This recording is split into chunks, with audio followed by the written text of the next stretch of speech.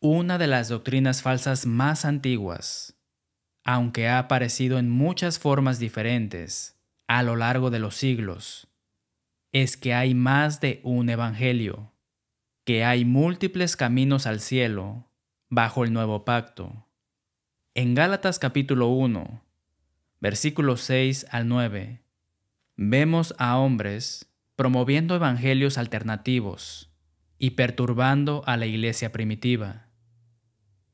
Pablo escribe: Estoy maravillado de que tan pronto os hayáis alejado del que os llamó por la gracia de Cristo, para seguir un evangelio diferente. No que haya otro, sino que hay algunos que os perturban y quieren pervertir el evangelio de Cristo. Mas si aún nosotros, o un ángel del cielo, os anunciare otro evangelio diferente del que os hemos anunciado, sea anatema. Como antes hemos dicho, también ahora lo repito: si alguno os predica diferente evangelio del que habéis recibido, sea anatema. Ahora bien, no solo algunos estaban pervirtiendo o torciendo el evangelio en el primer siglo, sino que el pueblo de Dios estaba cayendo en estos pseudoevangelios, alejándose del verdadero evangelio hacia un evangelio diferente. El Espíritu Santo advierte enfáticamente que cualquiera, algún hombre o ángel que predique diferente evangelio que el que los apóstoles han predicado, sería anatema. Por supuesto, esto no significó un pase libre para aquellos que crédulamente lo siguieron. Jesús, en Mateo capítulo 15, versículo 14, y si el ciego guiare al ciego, ambos caerán en el hoyo. Por lo tanto, todos debemos estar atentos para permanecer fieles al Evangelio original. ¿Qué es el Evangelio? La palabra Evangelio significa buenas noticias o buenas nuevas. Las malas noticias son que somos impotentes para resolver nuestro problema de pecado. Las buenas noticias son que Dios se ha provisto de un cordero, una ofrenda por el pecado, por nosotros. Jesús nunca promueve múltiples maneras de resolver este problema del pecado, sino una manera: a través de Él. Él dice en Juan capítulo 14, versículo 6, Yo soy el camino, y la verdad, y la vida. Nadie viene al Padre, sino por mí. El Espíritu Santo subraya esta verdad en Efesios capítulo 4, versículos 4 y 5, cuando nos dice: Hay un cuerpo, un espíritu, una esperanza, un Señor, una fe, un bautismo. ¡Qué hermosa sencillez! El Espíritu agrega en Judas capítulo 1, versículos 3 y 4, Amados, contended ardientemente por la fe, que ha sido una vez dada a los santos. Pablo, nuevamente, aborda la unidad de la única fe en Gálatas capítulo 1, versículo 23, cuando los cristianos judíos dijeron de Pablo: aquel que en otro tiempo nos perseguía, ahora predica la fe, singular, que en otro tiempo asolaba. El único sentido en el que hay múltiples evangelios es que el mismo evangelio, en un sentido secundario, es presentado por diferentes individuos.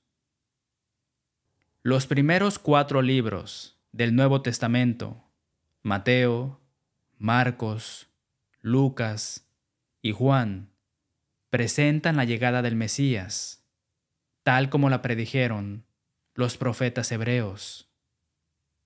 Leemos en Marcos capítulo 1, versículos 1 al 3.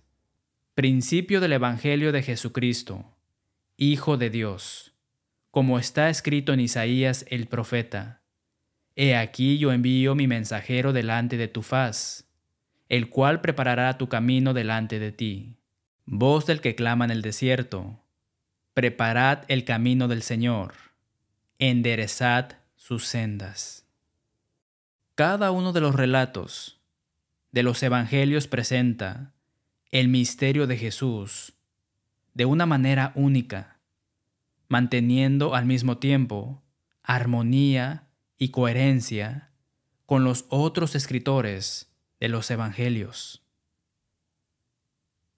Los relatos de los evangelios nos hablan del nacimiento virginal de Jesús, de los milagros, de las enseñanzas, de la vida sin pecado, del amor y la compasión. Los evangelios hablan de su disposición a soportar el máximo abuso verbal y físico y finalmente a ser torturado en una cruz romana hasta que expiró. Los evangelios continúan mostrándonos que Jesús venció la muerte y la tumba al tercer día y ascendió al cielo. Lo que tenemos en estos relatos son múltiples relatos del único evangelio de Jesucristo. La imposibilidad de discernir la presencia de una revelación progresiva en el Antiguo y el Nuevo Testamento lleva a algunos a encontrar lo que consideran evangelios múltiples. Cuando hablamos de revelación progresiva, no lo malinterprete. El canon, compuesto por los 66 libros del Antiguo y Nuevo Testamento, se completó con la última gota de tinta de la carta del Apocalipsis. Antes de ese tiempo, sin embargo, hubo varias etapas en el desmoronamiento gradual de la verdad del Evangelio. Un par de citas pueden ayudar a aclarar esta idea. Hace 16 siglos, Agustín afirmó: el Antiguo Testamento es el Nuevo Testamento oculto, y el Nuevo Testamento es el Antiguo Testamento revelado. Robert Hummel añade: la palabra de Dios debe entenderse desde el Antiguo Testamento hasta el Nuevo Testamento como una flor que abre sus pétalos al sol de la mañana. Dios inició la revelación, pero no reveló todas sus verdades al mismo tiempo. Fue un proceso largo y progresivo. Entonces, por ejemplo, vemos las buenas nuevas del Evangelio en el Antiguo Testamento, en Isaías capítulo 61, versículos 1 y 2. El Espíritu de Jehová el Señor está sobre mí, porque me ungió Jehová. Me ha enviado a predicar buenas nuevas a los abatidos, a vendar a los quebrantados de corazón, a publicar libertad a los cautivos y a los presos apertura de la cárcel, a proclamar el año de la buena voluntad de Jehová. Este es el Evangelio. No obstante, existe considerable ambigüedad e incertidumbre en cuanto a la naturaleza precisa del Evangelio de esta profecía.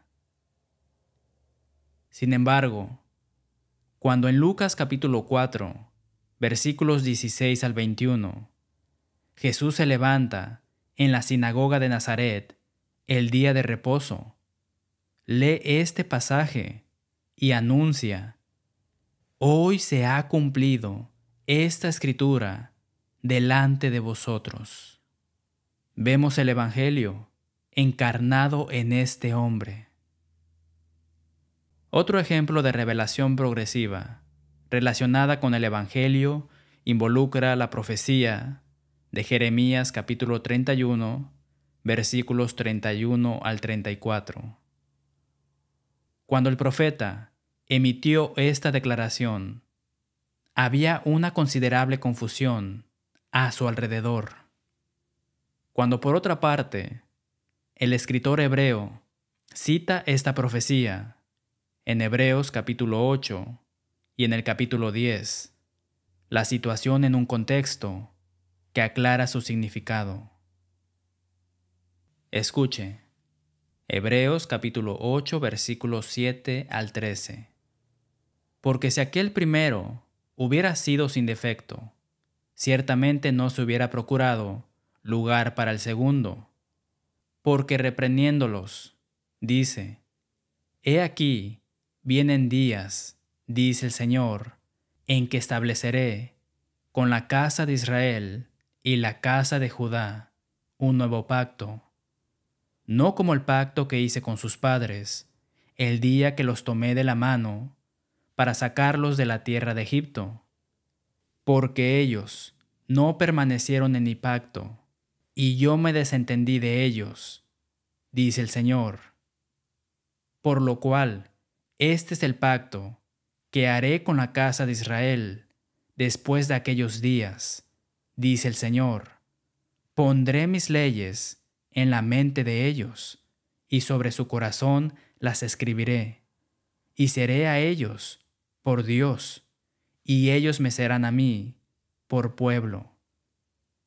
Y ninguno enseñará a su prójimo, ni ninguno a su hermano, diciendo: conoce al Señor, porque todos me conocerán, desde el menor hasta el mayor de ellos, porque seré propicio a sus injusticias, y nunca más me acordaré de sus pecados y de sus iniquidades. Al decir nuevo pacto, ha dado por viejo al primero, y lo que se da por viejo y se envejece está próximo a desaparecer. En ese momento, el pueblo de Dios sabía cuándo entró en vigor este nuevo pacto y cómo reemplazaba al antiguo pacto. Ahora podemos captar varias etapas de desarrollo en la revelación del Evangelio. En primer lugar, como notamos en Isaías capítulo 61, el Evangelio fue predicado como profecía cientos de años antes del nacimiento de Jesús. Encontramos la segunda etapa del desarrollo del Evangelio durante la vida de Cristo.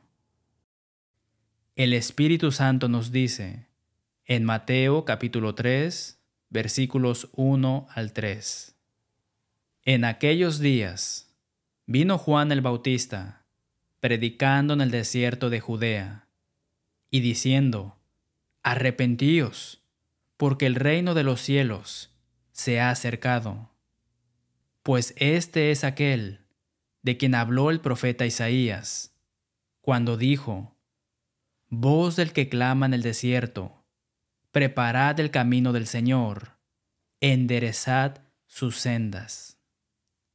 Esto fue buenas noticias, sin duda, pero no era un evangelio distinto, sino la ampliación del mismo evangelio del que habló Isaías. Una tercera etapa en el desarrollo del evangelio se puede ver en el ministerio de Jesús.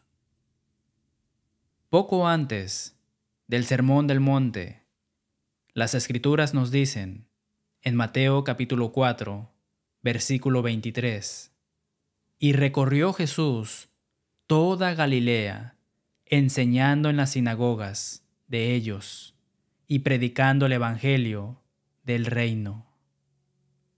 Por lo tanto, El Sermón del Monte ha sido denominado la constitución del reino de Jesucristo. Estas verdades, por supuesto, se aplican a los cristianos de hoy. Otra etapa de desarrollo en el Evangelio se revela en Mateo capítulo 16, versículo 21. Desde entonces comenzó Jesús a declarar a sus discípulos que le era necesario ir a Jerusalén y padecer mucho de los ancianos, de los principales sacerdotes y de los escribas, y ser muerto y resucitar al tercer día. Las buenas nuevas para la humanidad involucraron el sufrimiento, la muerte y la resurrección de Jesús. Este no es otro evangelio, sino el mismo evangelio aclarado o explicado con más detalle. Luego, después que se cumplen estas profecías del evangelio y Jesús resucita, Él informa a los apóstoles de su misión después de su partida en Marcos capítulo 16, versículos 15 y 16. Id por todo el mundo y predicad el evangelio a toda criatura. El que creyere y fuere bautizado será salvo, mas el que no creyere será condenado. Jesús dejó inequívocamente claro que predicar el evangelio implicaba predicar la necesidad de la fe y el bautismo para la salvación. Esto no inauguró un evangelio diferente, como algunos sostienen, sino solo un tratamiento más completo del evangelio introducido por los profetas del Antiguo Testamento, por Juan el Bautista y por Jesús durante su ministerio terrenal. En Hechos capítulo 2, vemos a los apóstoles obedecer el mandato de Jesús y predicar el evangelio a los judíos reunidos en Jerusalén en Pentecostés. Cuando se enfrentan a sus pecados, los judíos, agobiados por su conciencia, suplican que se resuelva su problema de pecado en el versículo 37. Al oír esto, se compungieron de corazón y dijeron a Pedro y a los otros apóstoles: varones hermanos, ¿qué haremos? Pedro respondió en el versículo 38 y 39: arrepentíos y bautícese cada uno de vosotros en el nombre de Jesucristo para perdón de los pecados, y recibiréis el don del Espíritu Santo. Porque para vosotros es la promesa, y para vuestros hijos, y para todos los que están lejos, para cuantos el Señor nuestro Dios llamare. Encontramos en 2 de Tesalonicenses, capítulo 2 y versículo 14, que somos llamados por el Evangelio. Ahora, vemos más detalles incluidos en la predicación del Evangelio. El arrepentimiento se añade a la creencia y al bautismo. No se pierdan esto.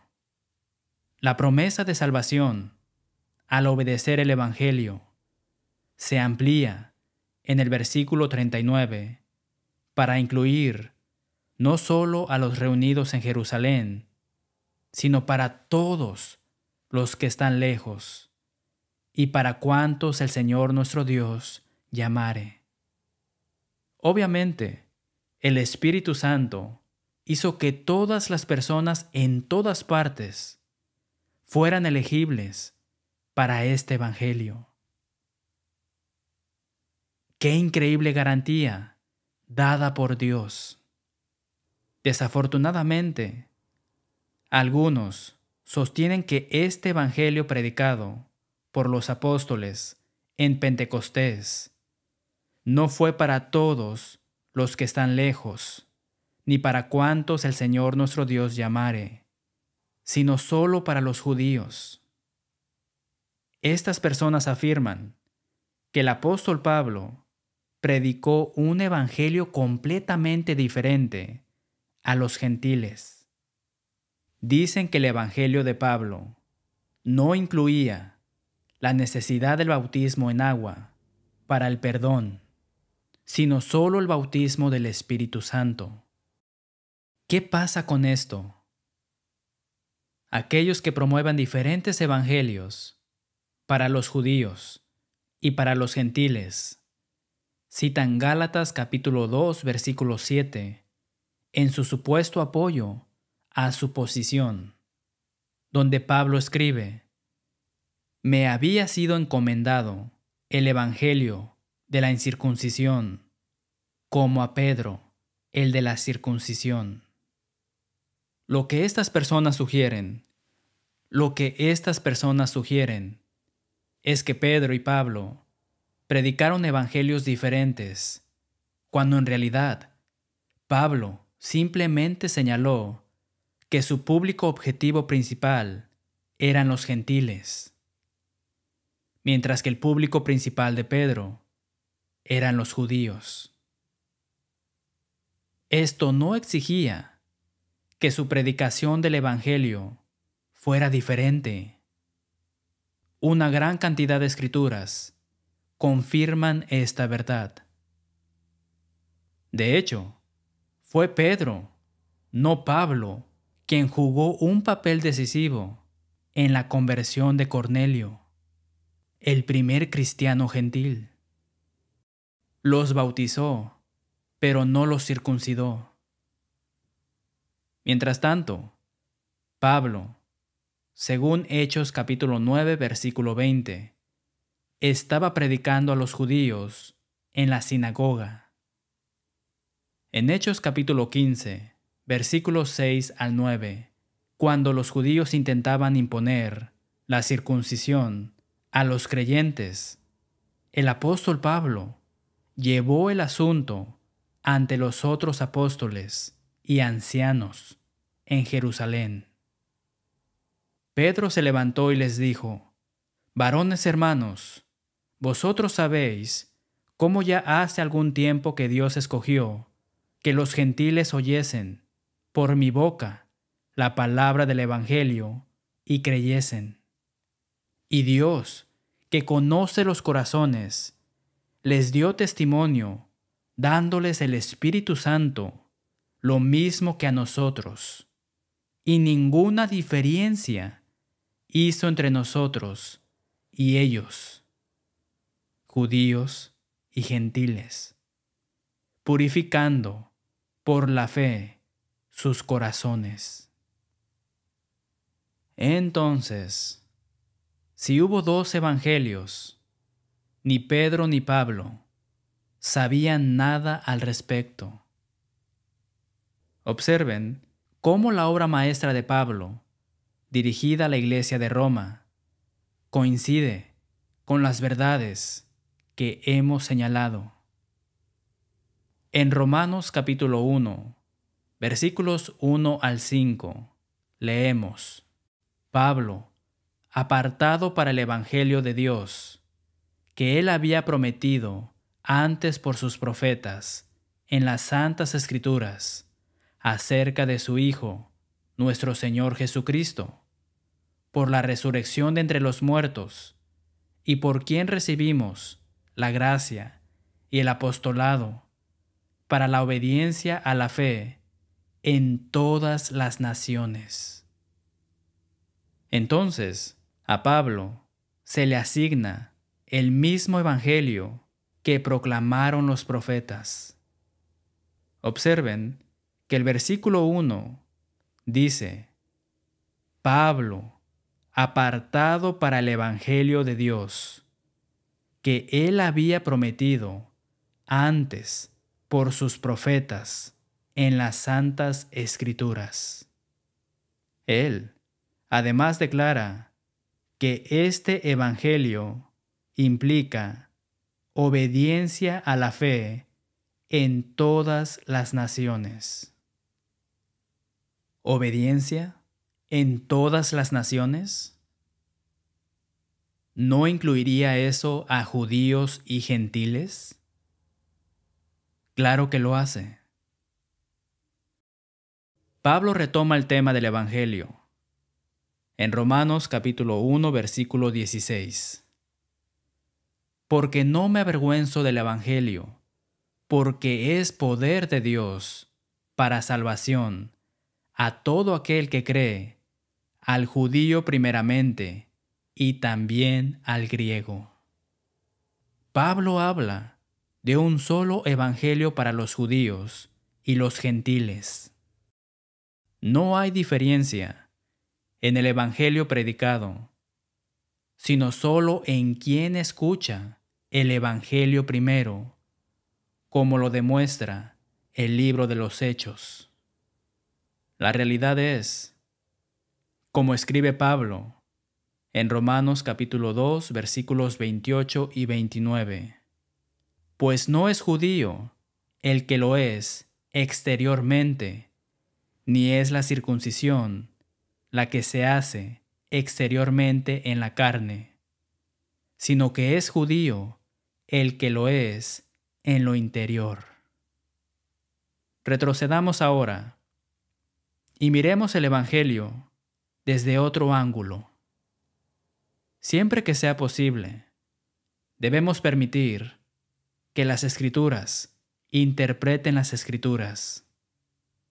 En 1 Corintios, capítulo 15, versículos 1 al 4, Pablo hace precisamente eso.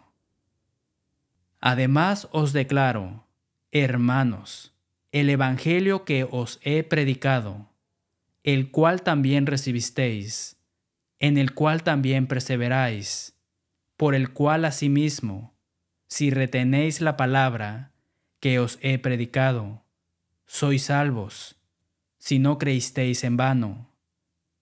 Porque primeramente os he enseñado lo que asimismo recibí, que Cristo murió por nuestros pecados, conforme a las Escrituras, y que fue sepultado, y que resucitó al tercer día, conforme a las Escrituras. Aquí el apóstol equipara el evangelio con la muerte, sepultura y resurrección del Señor Jesucristo. Romanos capítulo 10, versículos 15 y 16. Cuán hermosos son los pies de los que anuncian la paz, de los que anuncian buenas nuevas, mas no todos obedecieron al evangelio. Ahora tenemos el evangelio presentado como algo que debe ser obedecido. Contraste eso con el prevaleciente. Acepta a Jesús como tu Salvador personal. ¿Por qué no utilizar palabras y frases bíblicas? Luego, en Hebreos capítulo 5, versículo 9, el escritor nuevamente enfatiza el papel de la obediencia en la salvación. Y habiendo sido perfeccionado, vino a ser autor de eterna salvación para todos los que le obedecen. Finalmente, el apóstol nuevamente vincula la obediencia al evangelio a la salvación en 2 de Tesalonicenses, capítulo 1, versículos 7 al 9, diciendo que Jesús vendrá en llama de fuego para dar retribución a los que no conocieron a Dios ni obedecen al evangelio de nuestro Señor Jesucristo. Eso sí, que es un negocio serio, amigos. Será mejor que averigüemos qué implica obedecer el evangelio. Entonces, si el Evangelio es la muerte, sepultura y resurrección de Cristo, ¿cómo se obedece? Notamos en Marcos capítulo 16, versículos 15 y 16, que el Evangelio estaba vinculado al bautismo. Y vemos en Romanos capítulo 6, versículos 3 al 5, cómo la obediencia al Evangelio se relaciona con la muerte, sepultura y resurrección de Jesús. La Biblia dice: ¿O no sabéis que todos los que hemos sido bautizados en Cristo Jesús hemos sido bautizados en su muerte? Porque somos sepultados juntamente con Él para muerte por el bautismo, a fin de que como Cristo resucitó de los muertos, por la gloria del Padre, así también nosotros andemos en vida nueva. Porque si fuimos plantados juntamente con Él en la semejanza de su muerte, así también lo seremos en la de su resurrección. Romanos capítulo 6, versículos 3 al 5. ¿Captaron eso? Somos bautizados en su muerte, sepultados juntamente con Él por el bautismo, y a fin de que como Cristo resucitó de los muertos por la gloria del Padre, así también nosotros andemos en vida nueva. Obedecemos el Evangelio cuando recreamos la muerte, la sepultura y la resurrección en nuestro propio bautismo. Los predicadores del Evangelio no deben dejar de decirle a su audiencia que deben obedecer el Evangelio en el bautismo si quieren estar preparados para el juicio. ¿Ha obedecido el Evangelio? Si no, contáctenos para que podamos ayudarle.